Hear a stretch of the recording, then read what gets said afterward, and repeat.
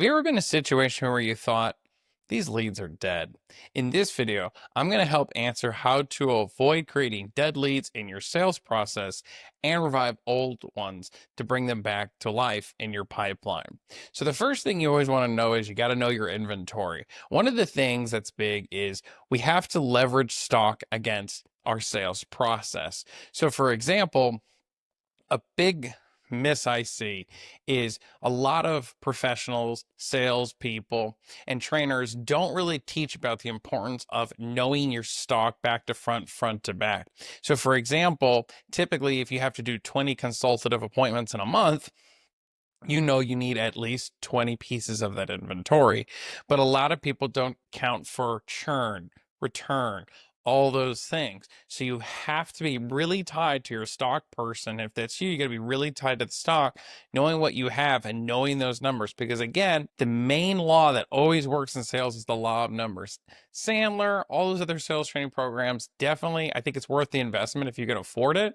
But even if you don't, you can learn a lot just from what I'm going to give you for free in this content. So the next thing you want to know about outside of leveraging your stock against your sales processes, speak to what's in stock always, not what's coming in stock, because this just creates an unnecessary obstacle.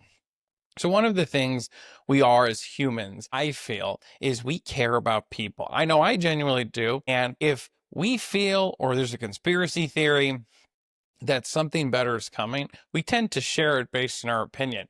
And it's not a bad thing to share, but what happens in a consultative sales process when you have commission and structure, it actually works against you. I saw this all the time when I used to sell phones, and you could probably tell from looking at me, you're like, I already knew this. Like, I never met you before, and I knew you sell phones. You look like the Verizon guy today. For those who get that reference.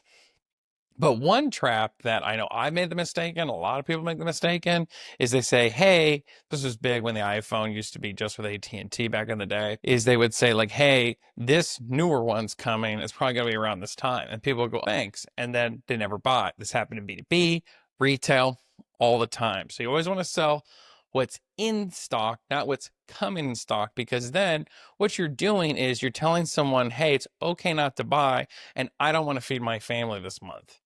The next thing is scarcity creates urgency. And I think this is a big one. And I think it's something we don't use enough to really help our consultative sales process have merit, give us posture. By the way, when I say posture, I mean more like professionalism. Like an easy way to put this is like not giving the price on the phone. You only give it in a proposal. That's a way of having posture. It gives you that professionalism. Plain and simple. Now, I'll give you an example. So I've been married 10 years this year. Very proud. Love my wife very much. Happy wife, happy life. I'm the guy who says that. Cliche, whatever. But when we first got married or we first got engaged, there was a girl who apparently had interest in me. And I was working at a gym at the time, and my wife had picked up on it, and I was like, nah, that's not possible. Look at me. I look like Steve Carell with no sleep. I look like Timothy Chalamet if he had an accounting degree and gained 30 pounds. Like, I know what I look like. I'm not God's gift to handsome. And all of a sudden, I was cleaning up the gym one night, and this girl had professed her love for me, that she was in love with me. And I was really confused. And I told my wife about it. She wasn't very excited. That was a tough conversation. But one of the reasons why we kind of laugh about it now is because she didn't love Paul Leon the way my wife does. Plain and simple. She loved the idea of losing me more, meaning when I was coming off the market, I took on a brand new value, which is why it's really important that if you have a promotion or you have an offering or you have a lack of stock, and you can leverage that in your consultative sales process to revive those follow-ups for people who haven't bought yet. And usually it would sound something like this, like, hey, Mr. Customer, this is Paul Leon with X Business. Listen, I have about 10 consultations this week. I gave you a proposal first. I know you haven't put a deposit down. Did you want first choice on this inventory? Because if any of these people say yes, I'm going to give it to them, but I wanted you to have first choice. So what happens is when you use that vernacular, you use that script, feel free to update your script if you need to.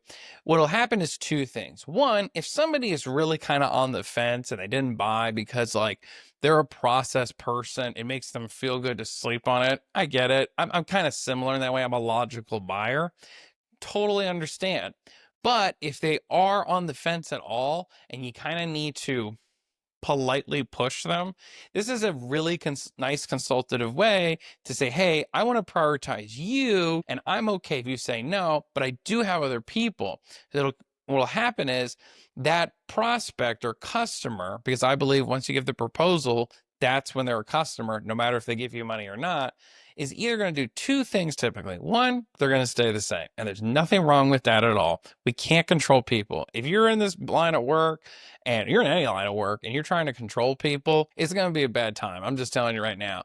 We got to get to the point of acceptance, because if we don't get to the point of acceptance, we're going to have a hard time accepting life.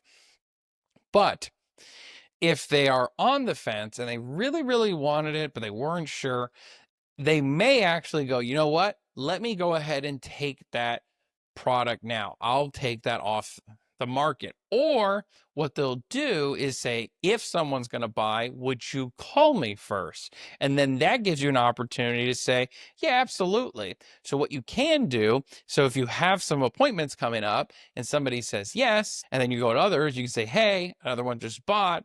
Just want you know, this is kind of getting hot. We have this promotion.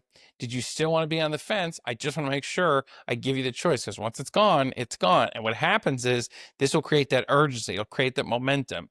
And you got to do this across your law of numbers, of course. But this is an easy hack / tip to really help you level up, power up that ability to bring people back to life who may have been on the fence before. So will this work 100% of the time? Absolutely not. But will this work 30, 40% of the time? And even if it only works 20% of the time, is it worth doing? I think so, and my 10 years experience does too. So to recap, number one, you got to know your inventory. Two, you always want to sell what's in stock and not what's coming, to avoid creating an obstacle that's not there. And remember, scarcity creates urgency. So you can kind of level up and provide some of those people in the proposal stage, so your follow-up attempts are more consultative, not transactional, like it's in it for me. It's more about what's in it for you, Mr. Customer. And we can help get those commission checks higher, raise those KPIs, and really have a better time with our consultative skills. If I missed anything, please comment in the chat. I want to thank you again for taking the time to watch this video. Take care.